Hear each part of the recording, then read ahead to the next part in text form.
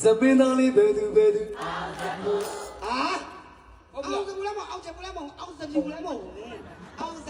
Bring the chicken to go chick. Bring the chicken to go swing. But you got to boil it. Boil, boil, boil, boil, boil. What? Let's go. Yeah.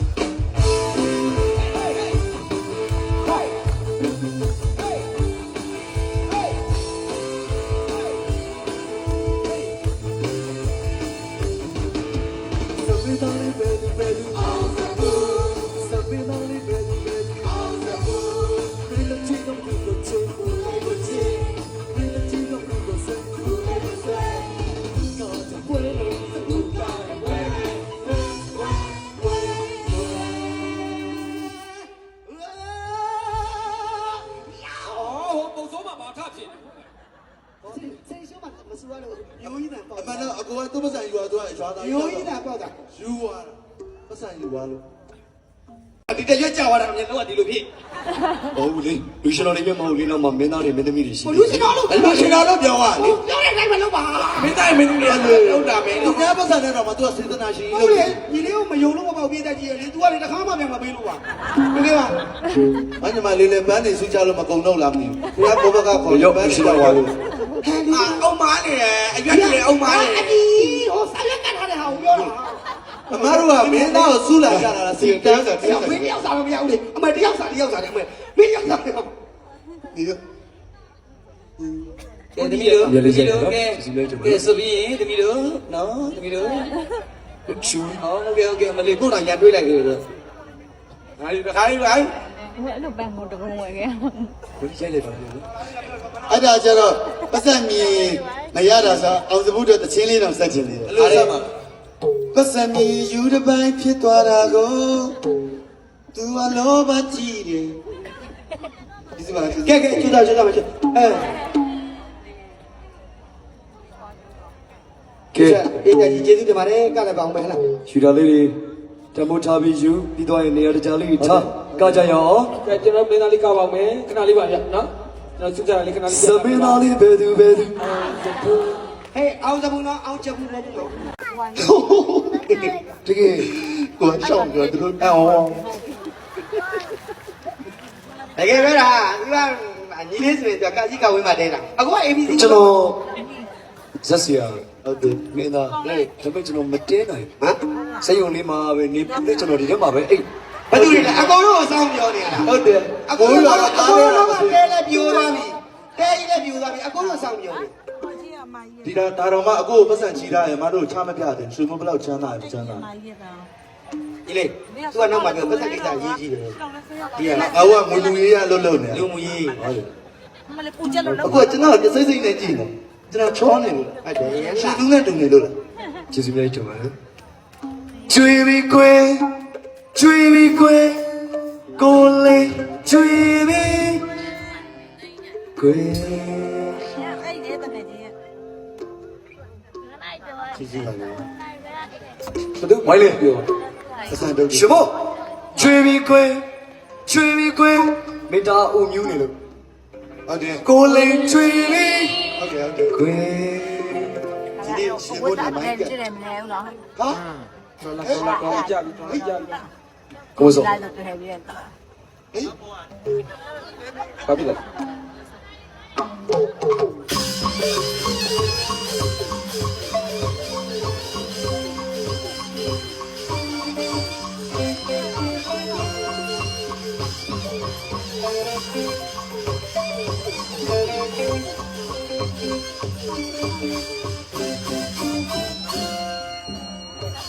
ခုမလဲနဲ့ဟိုကမင်းသားရုပ်လည်းကြည့်အောင်ခုနပြုံးတာအခုမပြုံးနိုင်တော့ကိုကလည်းတိတ်ခံနေတာအကိုအေးမင်းကြီးကဘာမှမသိဘူးဟိုမှာထောင်းလာပြီမျက်နှာကြီးရှေ့ကမင်းသားဒိန်ခံတဲ့မျက်နှာအပေါ်ကမင်းသားဒိန်ခံတဲ့မျက်နှာအလိုကြီးတော့အေးဒိန်လိုက်ကြဘာရပြောက်ခွင်းလိုက်ပါဦးနောက်ကဒီကလာတော့ဘာလို့လဲဘာဘူးလဲပြန်နေတယ် အကူကခြေထောက်လေးလှုပ်ပြီးဒီလိုလေးကတော့ကျွန်တော်တို့အရက်ပူတဲ့သူတွေဒီနာအိမ်သာသွားတက်တယ်လို့ဒီလိုဖြစ်ချာလီဟာ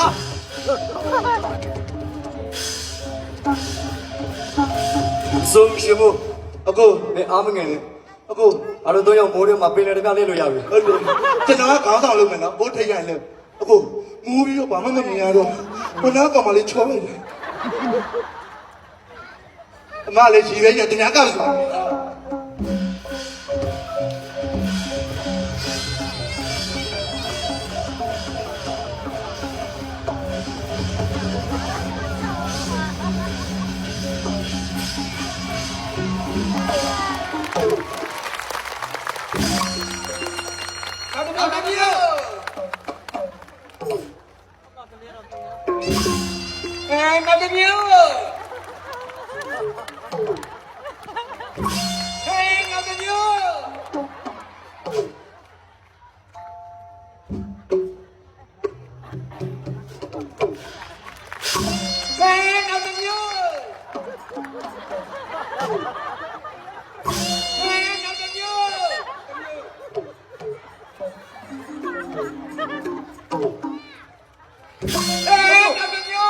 အခုပရိသတ်ကိုနှုတ်ခေါ်ဆက်စကားလေးနဲ့ပြောပါဦးကစိုးချစ်တယ်ဘာလို့ပြောနေတာအဲ့ကောင်တော့လမိုင်းမကပ်ဘူးလို့ဒီလိုစင်ခင်ဗျာအခုလိုအောင်စဘူးရလို့ဖြစ်လာဖို့အတွက်ကျွန်တော်အများကြီးရုပ်ကလှုပ်ရှားခဲ့ရတယ်တိတယ်လေတွေထုံခဲ့ရဆိုတာအတိအစီရင်စင်းလိုက်တော့တာရင်အောင်သူမတတ်ပုံရဲ့ချေလို့ဘယ်လိုအဲ့ဒါကလည်းခဏနေပါဦးမကြီးကင်မရာမပါဘူးလားမိသားစုတွေစုံနေတဲ့အချိန်မှာကျွန်တော်ရဲ့ငယ်ဘဝအကြောင်းလေးတွေကိုပြောချင်တယ်ပါဟောငယ်ဘဝကိုတစ်ဖန်ပြန်သွားလိုက်တာပြောပါဒါပြောနေပါလေငယ်စဉ်ဘဝကကျွန်တော်နာမည်အေးမင်းဦးပါကြီးလာမှာအောင်ဆုံးဖြစ်ပါမင်းပြောခိုင်းတာမင်းကပြောလိုက်မယ်ရန်ကုန်တိုင်းဒေသကြီးကြောက်တန်းမြို့နယ်အစဲကြီးတော်မှာအစဲဆိုတော့မရိုင်းတာဟဲ့ကောင်ရောနေမပြောစာလုံးနဲ့ဆဲတာကွာဆဲတာပဲအဖတော်ကြီးအမိတော်ရင်အမောမင်းကကိုယ်မင်းကတော့ကိုခင်ဆောင်ဝဲဘွားတယ်အမိကိုရင်တိုင်းကိုရင်လည်းငိုးထွန်းနေတာအဲ့ဒါကြောင့်ပြောတာဗောအဲ့ဒါကြောင့်နောက်မှနောက်ဆက်လာတော့မဟုတ်ဘူးနဲ့ဒီလိုနောက်ဆက်တယ်အေးမောင်လေးပဲသွားမလို့လေအစားရတူကလာရှေ့ကျွန်မမတော်ကြည့်လိုက်ကျွန်တော်ဒီနားမနေ့ကတငယ်ထောင်မယ်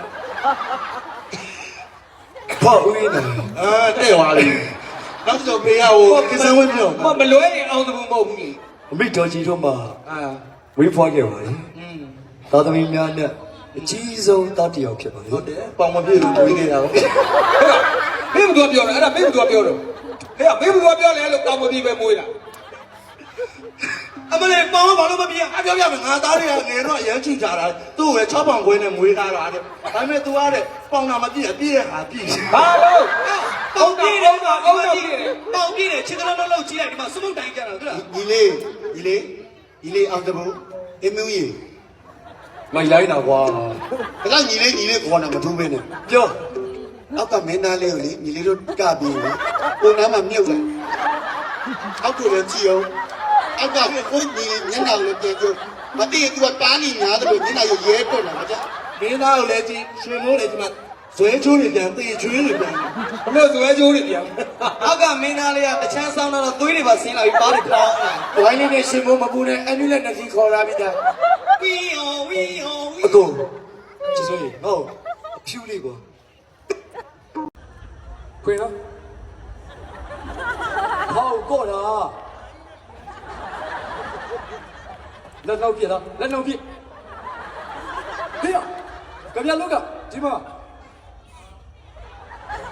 ချက်ကြီးနဲ့ထူတာပေါ့စာပါနေဦးရင်နဲ့မြောက်အောင်ဆောင်းရတိုးပေတော့ပေဂျီတက်နေဦးလေကွာဟာခေါ်ပြီးနေတိုးပေတော့ပေနေဦးဟာဂျီတက်ချွေပြောက်ဝါခေါ်ပြီးနေတော့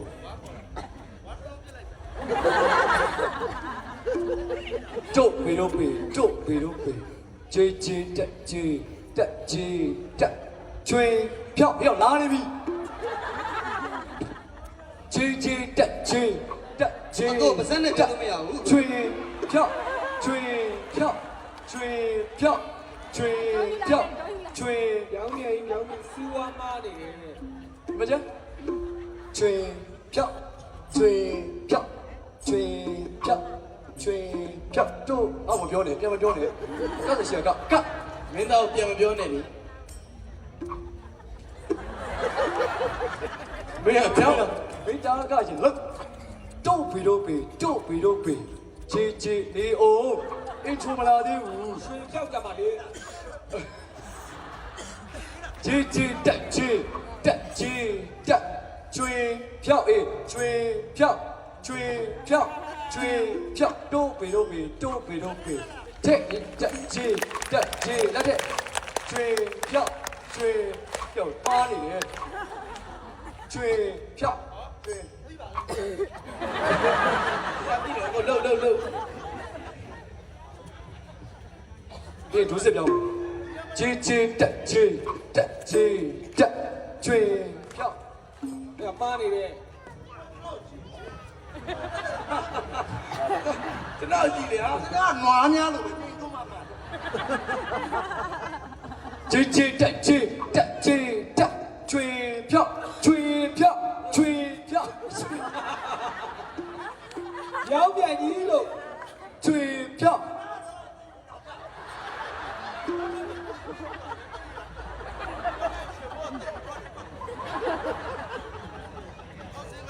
ရွှေဘောဒီနေ့မဲ့ပြီ အောက်စင်းညာချင်းဖြတ်ပါလေအောက်စင်းညာချင်းဖြတ်ပါလို့ချွေချွေလုံးစမ်းပါချေချေတက်ချေတက်ချေတက်ချွေဖြောက်ချွေဖြောက်ချွေဖြောက်ချွေဖြောက်တို့ပေတို့ပေတို့ပေတို့ပေချေချေတက်ချေတက်ချေတက်ပရုံပရုံချေချေချေပရုံပရုံ ဘာလဲဘယ်လိုပါယူတော့ တော့ရမကတော့ဘာလို့မင်းသားထောင်လိုက်အကုန်လုံးကမင်းကပေါ့ ထိုင်နေဘယ်သူမှစုမိရောဟိုမှာကြီးအားလုံးထိုင်နေကြတာဖြိုးဖြိုးဖြိုးဖြိုးသူတနာယူကငါနှစ်ပါးကနေရတယ်လို့ ဘယ်စိတ်နာမပါ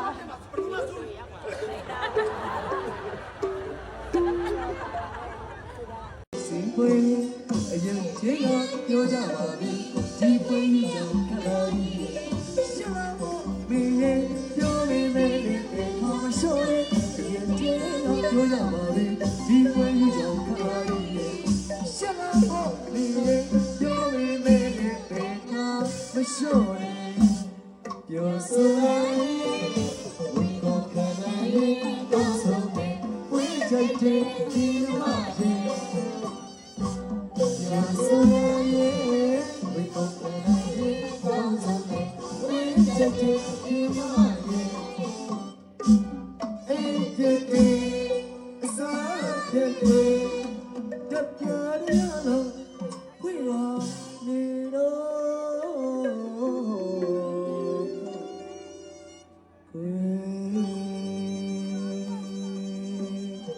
ကျော်ရှိစားအားပြီးကြတယ်။အော်စဘတ်ဘေကိုချစ်ကြတယ်။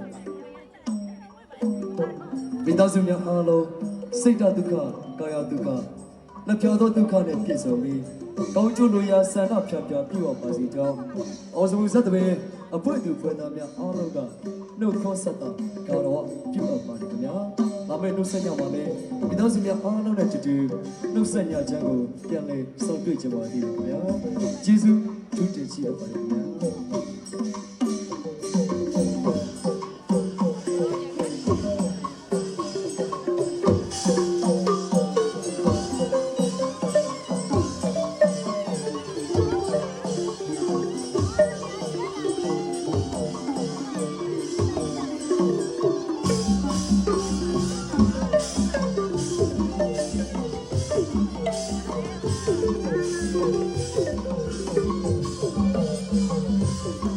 အ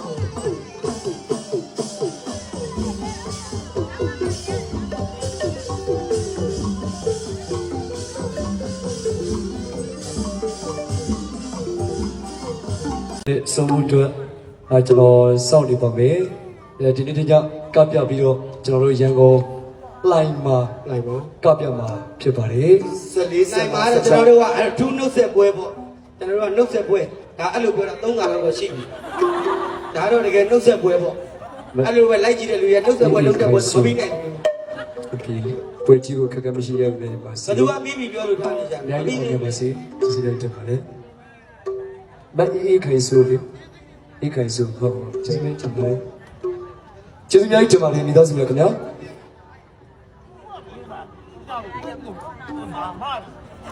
အေးမြို့ခေါ်နေ အော်ခဏလေးပါ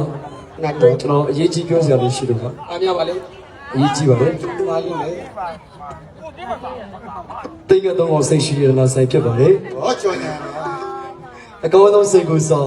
အစိမ်မဆိုတိတ်ကတော့ မှန်ပါဗျာ အကောင်းဆုံးရွှေကိုစောရွှေမဆိုတိတ်ကတော့ဖြစ်ပါလေခင်ဗျာတိတ်ကတော့စိတ်ရှိရနာဆိုင်မှာစိတ်ရရွှေတွေကိုကျွန်တော်ပြတစ်ကတ်တွေယူဆောင်သွားရင်အကောင်းဆုံး discount တွေပေးလို့ခင်ဗျာတိတ်ကတော့စိတ်ရှိရနာဆိုင်ဖြစ်ပါလေကဲချေရတဲ့မိသားစုများခင်ဗျာဒီတစ်ခါကျတော့ကျွန်တော်ချေရတဲ့မိသားစုများအားလုံးကို အော်လက်ပြင်းစီဘူးအလုံး100လောက်စားလိုက်မင်းလေမင်းသားမားနေရတဲ့ကိုမရောက်တော့ဘူးဥရွက်ဥဆောင်ဝဆမှာဘာဖြစ်လဲဘာဖြစ်လဲသွားတော့ဘာဖြစ်လဲ ဦးရှောင်းဦးရမှုအောင်မှာတုံးနေတာဒီလိုတိချေရလား ဘိုက်တယ်ကလေးတော်စကားမပြီးတော့ဘိုက်တယ်အဲ့ရှူလေးကဆုံးပြပါထပ်တော့တော့မယ်ဟိုကလေးဖြဖြကပေါ်ရောက်လိုက်မိမိကလေးကိုမွေးစားလိုက်မလားအဲ့ဒါပဲကိုစားတော့ဘာဖြစ်လဲကိုစားတော့ဖြဖြကအပေါ်ရောက်လိုက်မိမိတို့ရလက်ပြတ်တော့လူမပြတ်နဲ့2ယောက်တည်းဖြဖြကပေါ်ရောက်လိုက်နေတယ်ခါအမရောက်လိုက် ငါသိတယ်ရဲစီးနေတာ ဒါဆက်ပြောမယ်ပင်လည်းကပြစီးတယ်လို့ပြောတယ်အဲယူထားလိုက်ပါအမန်လို့စီရတယ်မင်းလားလို့စီရစီးတယ်ကတော့အော်ငါလည်းကြည်လူပါတယ်တရောင်းသားပေးရတာဒီမဲ့ မသိနိုင်ဘူး အတားကြီးဟေး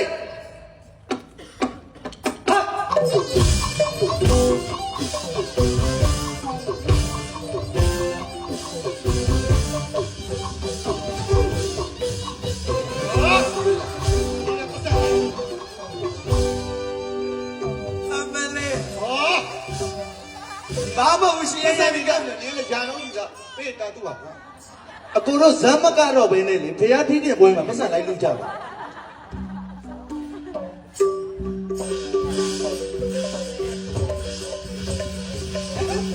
အမလေးဟိုကကားနေနေအဲ့ဒါငါဟာလေတဲ့နုခဏလေးကိုရဟိုတစ်စက်ကနေနှစ်ချက်တော့ဖြစ်မခံနဲ့မင်းကျွတ်တော့မယ်ဟမ်ကြည့်လိုက်ကြည့်အောင်ကိုကြီးအဲ့လိုမျိုးဖြစ်မကန်နိုင်โอเคလုံးစေရထမင်းမပြောနဲ့အကိုကြီးဘွားမှာလေဒီလေးကပထမသူကဒုတိယရေဒီကြီးရလုံးစေရလည်းတကယ်ရေးရတယ်နော်ကိုယ့်ရဲ့ညနေတော့ကဘယ်လိုဖြစ်နေလဲဆိုတာကိုဒီမဲ့လေညနေတော့ ထမင်းကကျွတ်လို့မရဘူးထမင်းကျွတ်ရင်ကိုဖြိုးမျက်နှာကြီးထွက်လာမှာပေါ့ လူလေးညနေတော့ကြီးလေးဒီထမင်းကျွတ်တာအစားအသေးစိတ်လိုက်ကြည့်နေဆိုရင်အသေးကြတာ ဟုတ်တယ် သူတို့မောင်နှမဆိုတာဟိုသူ့အမေကိုလိုချင်လို့ ဟုတ်တယ်ဒေါ်မီလေး ကျွန်တော်အဲ့ဒါနော်သဘောပေါက်တယ်နော်ဒါပြီခဏလောက်တော့အဲ့ကောင်မလေးကလည်းအားနေရလားစကားနေတော်ပြီကိုမျိုးမျိုးနဲ့ငါတို့အဖွဲ့တွေ လောလောနေရဖြူဖြူဘာလို့ခဏနေလောလောနေရ ဒီလေ ဒါမျိုးနေမလို့ချင်ဘူး ဟုတ်လေတစ်ချက်ကနေနှစ်ချက်ပြောဒီလေးကဥဆောင်ဟဲ့ဥဆောင်ဟဲ့ခင်ဗျားတွေကြည့်တာဟဲ့စုဖို့တေချာဝတ်တာလားတကယ်ထူးဆန်းတယ်ဗျာစိတ်ပူတယ်လို့အဲ့မြင်မြင်လုံးကြီးကဘယ်မှာမှခမိတ်မကျွတ်ဘူး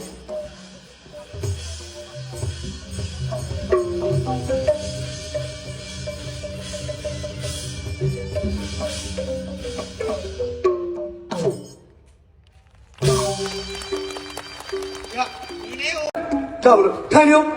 သွားတော့ဆို သူကြတော့ဟိုမှာမန္တလေးကြောက်တော်ကြီးဖြစ်နေ ကျုံးပြောင်းနေတော့ အဲ့ဒါဟုတ်ပါဘူးဒါဗရေးသားမေးပါ ကျွန်တော်သားလေးတနာစရာပါ အိမ်ရမိပါလားမလာဘူးလားဒါပြောဒါမဲ့ဆိုလာမယ်အိမ်ရမိပါတော့မကြောက်ပါဘူးပတ်စံပေးကြည့်ပြီးကြောက်နေတာကမင်းသားတို့လည်းကြောက်တယ်လို့မိပါတော့မကြောက်ဘူးနော်ကလက်ကစားလက်ပြီးပွဲလာကြည့်ပြီးမင်းသားပြော တနာလို့ပေါ့ မင်းတို့ဟုတ်တယ်10နှစ်စာချုပ်ချုပ်မယ်တဲ့ဝိညာဉ်ရောတဲ့တလုံးတဲ့စောက်ကြီးတွေများနေလို့တဲ့ဆိုင်ခွဲတွေဟဲ့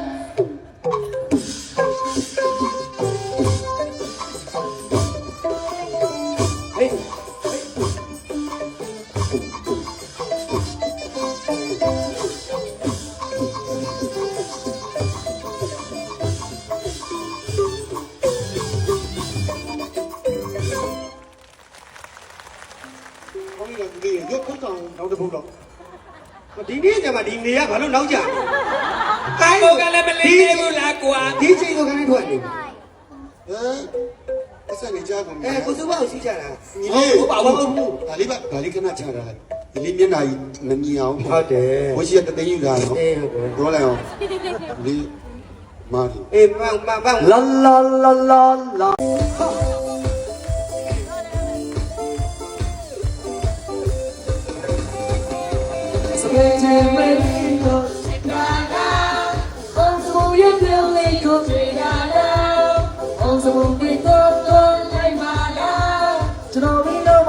ရှိပါဆွေရောဆွေလေးကိုစစ်တာလားစွချေရဲ့ချွေမလို့လားချစ်ကိုမလို့လေးတော့ဘယ်လိုလဲကျွန်တော်လို့တော့မီတနာစရာဒီပြေလောက်ကြပါ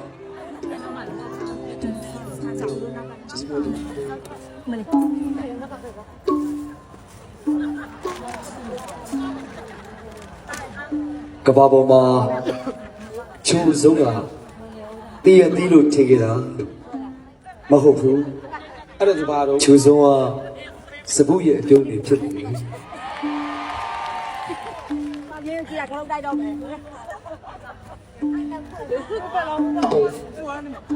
ကျေးဇူးများတင်ပါတယ်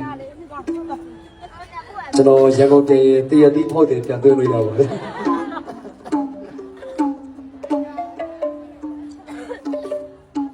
ကျွန်တော်လုံးသားလေးဒီလေးတိုက်ရပင်လေဒီဘက်တောင်းတစ်ခါလောက်ခဏလောက်လာပြီးပါလားအခုလည်းဒီပါးနိုင်ရဲ့ဆိုရင်ဆိုပါးစောက်တယ်လို့ဒီမှာအဲ့လိုမဖြစ်လို့ ခဏလေးနော် သူတို့ကထမိန်နေကျွတ်ကျွန်တော်ထိုင်ကြည့်ပါဗျာကျွန်တော်တချင်းလေးတွေဆိုလိုက်ကာလိုက်မိသားစုများရဲ့ချင်းမြောင်းမှုတွေလက်ခံပေးလိုက်ကြ ဒီ ည့် က လိုက် တ ပါ ည်း လေ ကတတို့ရိုက်ပြီးလဲဒီကြောင့်ပြုတ်ကြတော့လို့ပြောကြမေတော်ပြန်တက်ကနေအောင်ပေါ့ ကျေးဇူးများတင်ပါတယ်စာမလို့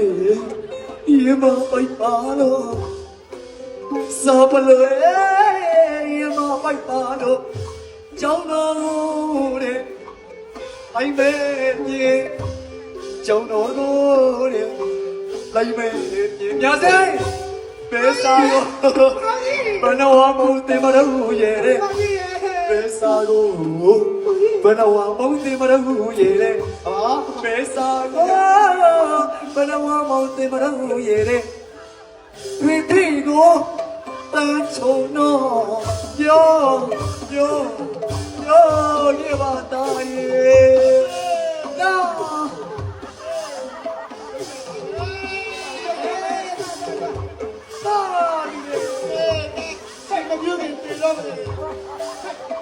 ပြောရည်မိသားမိတဲ့ဆိုလေးရှင်ပြတော့မယ်တားလေးကရမမင်းတော့ပဲအခုရှင်မပြုတ်ရင်တားမင်းတော့ယူကြည့်မယ်အေးမင်းတွေကောင်းစားနေတာငါသိတယ်မင်းတွေကောင်းစားနေတာတို့ကြရင်ငါကျိုးမယ်တော့မေးမေးလေးတော့မမေးမေးညသိဟောညာလေးဆိုပြီးဘယ်သွားလဲမလို့စတော့ရှောက်ကြီး ဘာလဲဘယ်သွားမှာတိုင်းထဲမှာလက်စီနေလားဒီမှာလက်စီနေလားဟိုတရောင်းသားလေဘယ်သွားတာစောက်တိုင်းရလို့နေတယ်စကောက်လည်းကြောက်စောက်ကနေခဲ့မြောက်စိ ခေါင်းပြန်ပြီအောက်ကိုစင်းဒီကအောက်ကိုစင်းဒီတော့မြောက်ချင်းပြီးငါဖဲသွားမှာအောက်ကိုစင်းလို့ဟုတ်ဘယ်ဟာမြာစိတ်ဘယ်ဟာဖုံးကျွယ်လို့ဘယ်ဟာသားတယ် အဲ့ဆန်လည်းဖတ်ကြဘူး ရောလေးမဆန်လည်းမပြီးအတားလေးဒီလည်းမဆန်တော့မတာအေးမေဦးကြနေရမယ်အကိုတို့အဖေတာမင်းမေလေအဖေနောက်နေယူပြီးတော့ဖားကြနေတယ်ဟာမမီး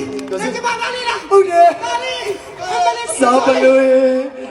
ရေမပိုက်ပါလို့စာပလို့ကျမသားလေးကိုရေမပိုက်ပါလို့စာပလို့ရေမပိုက်ပါလို့ကျောင်းတော်လို့တဲ့လိုက်ပဲပြေကျောင်းတော်လို့တဲ့မင်းသားတော့ပါလေလိုက်ပဲပြေ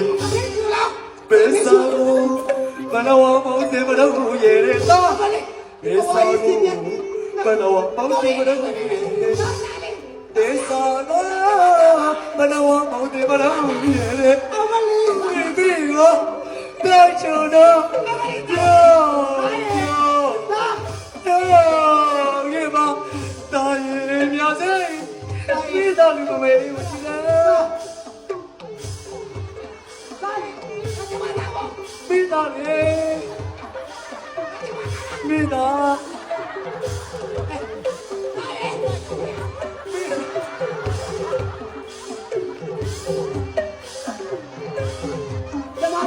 你呢？你呀？你。